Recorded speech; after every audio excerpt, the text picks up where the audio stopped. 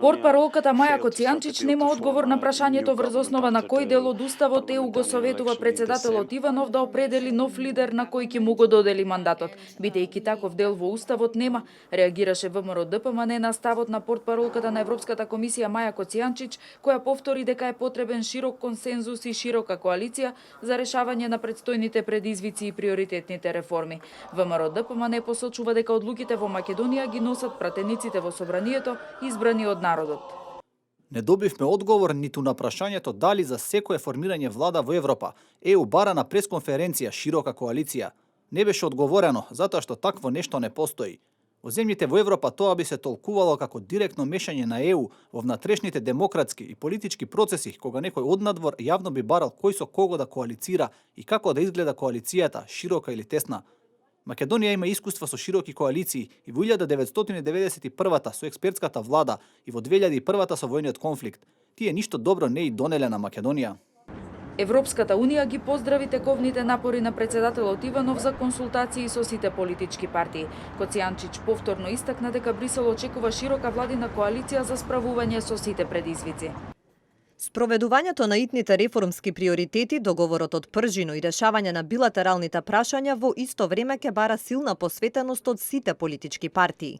Сите главни партии изјавија дека се за реформската агенда за Европската унија и се согласуваат дека патот кон унијата е стратешка цел на земјата.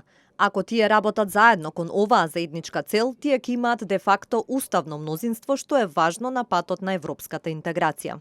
ВМРО ДПМН вчера побара појаснување и од американската амбасада во земјава дали САД сугерираат и бараат од Република Македонија и од партиите во парламентот да нема нови предвремени парламентарни избори и дали овој повик може да се толкува како официјален став на новата администрација во САД. Одговорот од амбасадата е дека тие немаат што друго да додадат. Очигледно е дека нема потврда дека станува збор за официјален став и сугестија на новата администрација во Вашингтон дека не треба да има нови избори, односно дека партиите во сегашниот состав мора да разговараат за формирање на идната влада. Поранешниот амбасадор Ристо Никовски вели дека земјава цело време има диктирање темпо од странство и дека се работи за координиран проект чија цел е да се прекрсти државата и народот. Мешањето на странскиот фактор во Македонија е евидентно, неспорно и тие, да бидеме јасни, не ги реализираат македонските интереси, тие реализираат собствените интереси.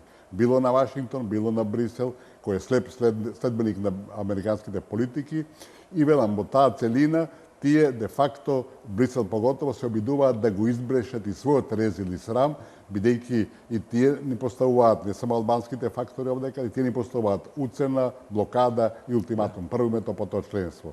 Ставот на амбасадорот Никовски е дека одговорноста е наша за да се одбранат фундаменталните права и интереси кои никој не може да ги оспори.